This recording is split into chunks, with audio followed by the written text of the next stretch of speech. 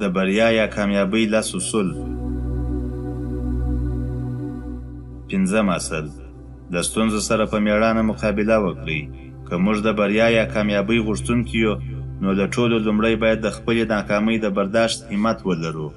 باید ومنو چې له هڅې او زیار پرته بریا په لاس نشي راتللی. که تاسې له خپلې ناکامۍ او ماتې څخه ډار لرئ، نو امکان نه لري چې تاسې د خپلو موخو ته ورسیږئ او یا مو بریا په برخه سي. تاسې به تر هغې د بریا وروسته پاتې یاست تر څو چې خپله ماته ونه پېژنئ او په پوره مېړانه سره یې په وړاندې مبارزه ونه کړئ. په ژوند کې به هیڅکله بریا ته ونه رسئ تر څو مو چې له زړونو څخه د ناکامیو ډار نه وي لرې کړی. کله چې تاسې د یوې ستونزې سره د مقابلې لپاره موټې رابډ وهئ او یا پر وړاندې مبارزې ته تیار سئ، نو د وجود په دننه کې به مو یو حیرانونکی بدلون احساس کړئ. تاسې به دا حس کړئ چې ستاسې په دننه کې له پخوا نه جرأت او همت و. د ستونزو سره د مقابلې کولو معنا دا نه ده چې تاسې هر ډول زیان ته غاړه کښېږدئ. ناکامي هم د ژوند له حقایقو څخه یو ستر حقیقت دی. خو دلته باید دا ذکر کړو چې آیا تاسې د خپلو غلطیو څخه د کموالي په لور حرکت کړی دی؟ توماس ایډسن د برېښنایي څراغ د جوړولو لپاره تقریباً 10,000 تجربې ترسره کړې او په پای کې یې بریا په برخه سوه. ایډسن به ویل چې ناکامۍ زما حوصله هیڅکله نه ده ماته کړې، بلکې تل یې د وړاندې تګ په خوا کش کړی یم. نوموتی لیکوال جون ګریشم هیڅکله خپل همت له لاسه ورنه کړ، ان تر دې چې ځینو خپرندویه ټولنو د ده لیکنې او کتابونه هم خوښ نه کړل، خو بیا یې هم خپلې هڅې روانې وساتلې او اوس مهال د نوموړي کتابونه په ټوله نړۍ کې 8 میلیونه ټوکه چاپ سوي او خپاره سوي دي. کله چې زموږ مخې ته ناکامي رادرومي، نو موږ 2 لارې لرو: یا به خپله ماته منو او سر به ټیټوو، او یا به د خپلې ماتې لاملونه لټوو او مخ پر وړاندې به ځو. د هر ډول ستونزې د رامنځته کېدا په صورت کې زموږ همت او حوصلې ته ډېره اړتیا ده. موږ باید په خپل ځان پوره باور ولرو چې که چیرې بریالي هم نسو، نو خپلې مبارزې ته به ادامه ورکوو او هڅې به تر هغې روانې ساتو تر څو بریا یا کامیابۍ ته ورسیږو. د خپلو ماتو څخه به زده کړه کوو چې دا بریا ته رسېدل یقیني کوي. که چیرې له داسې خلکو سره مخ سوو چې هغوی په ژوند کې بیخي بریا نه وي لیدلې او له هغوی څخه وپوښتو، نو دې پایلې ته به ورسیږو چې هغوی تل له خطرونو څخه ډار احساس کړی او زیار یې نه دی ایستلی. کوم خلک چې په ژوند کې موخه ونه لري، نو هغوی زیار هم نه باسي او په ژوند کې له هر خطره تېښته هم کوي. خطر د ژوند یوه برخه ده. که چیرې تاسې دا ونه منئ، نو تاسې د ژوند یوه برخه له لاسه ورکړه. ستاسې سره کېدای سي پوښتنه پیدا سي چې له خطر سره د مبارزې کولو سم وخت کوم دی؟ دا پوښتنه داسې جواب لري: کله چې تاسې د خطرونو سره د مبارزې کولو لپاره په خپل زړه او فکر کې کوم وخت وټاکئ، هماغه یې ښه وخت دی، ځکه په دې وخت کې تاسې مبارزې ته چمتووالی لرئ او تر بریا پورې حتما تللی سئ. لاندې ټکي په غور سره واورئ. له خطر سره مبارزه کول د بریا لپاره اړین جز دی، او څومره چې موږ دا مبارزه کوو، هغومره راته ډېر چانسونه په لاس راکوي او بریا ته مو نږدې کوي. 2. له هیڅ نه کولو څخه دا ښه ده چې هڅه وکړو. موږ چې څومره هڅه کوو، نو هغومره د بریا پر خوا نږدې کېږو، خو د هڅې نه کولو په نتیجه کې د لاسونو د مروړلو بغیر بل هیڅ شی په لاس نشي راتللی. 3. کله چې له ناکامۍ څخه زده کړه وکړو، نو هله به د بریا څرکونه وګورو. 4. له خطرونو سره د مبارزې کولو تر ټولو ښه وخت هغه دی چې کله مو زړه درته ووایي. 5. ناکامي د یو خطر په توګه ومنئ، د یوې نیمګړتیا په څېر یې ومنئ او د یو درس په څېر زده کړه ترې وکړئ، خو چې هیڅکله ترې ډار ونه.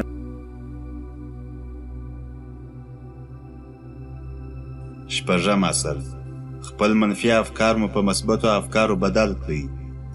انسان ته خپل خالق ډېرې داسې ځانګړنې ورکړي او د دې توان یې هم ورکړی چې په خپلو حدودو کې ډېر څه ترلاسه کړي. انسان هسې پر ځمکه نسي ګرځېدلی، بلکې د خپلو نایابه وړتیاو په مرسته روان دی. د هر انسان په دننه کې دا توان شته چې هر څه وغواړي ویې کړي. انسان د خپلو وړتیاو په مرسته تر سپوږمۍ ورسېدی.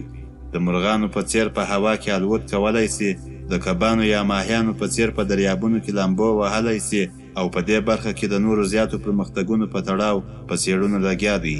نوموتی ارواپوه ایلفرډ ایډلر وایي: د انسان په داخل کې بې شمېره وړتیاوې شته، که هغه یې په سم شکل برسېره او وکاروي، نو ډېر څه به وکړي او د نورو خلکو د آرامۍ او پرمختګ لامل به هم سي. زمری د ځنګل بادشاه دی، خو په دې کې د زمري کوم کمال نسته، بس دا د قدرت کار دی چې هغه یې پیاوړی پیدا کړی. په همدې وجه هغه له ځانه کوچني او کمزوري ژوي خوري. د منفي افکارو په مثبتو افکارو بدلولو سره انسان د نړۍ پر مخ بې مثاله ځواک دی.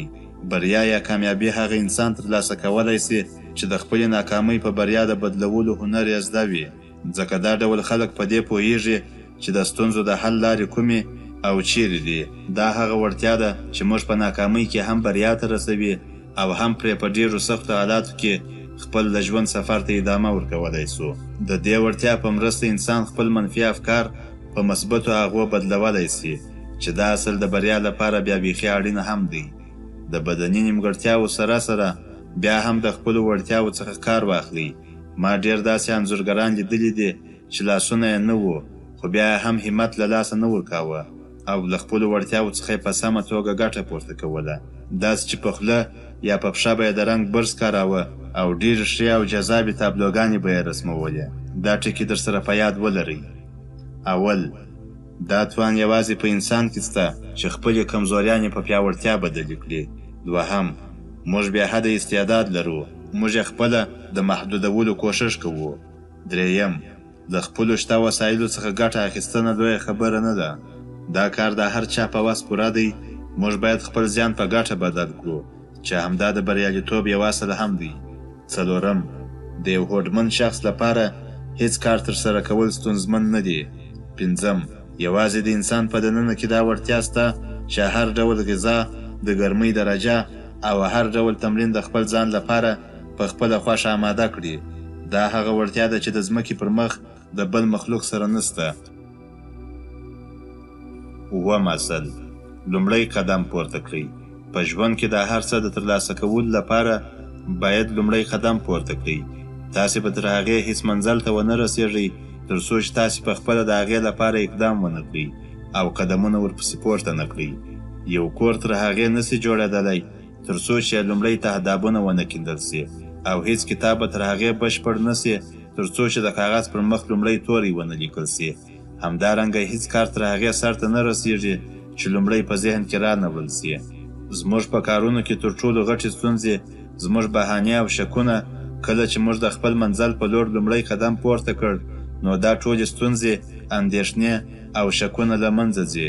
خو دا باید په یاد ولرئ چې عمل ته ډېره اړتیا شته.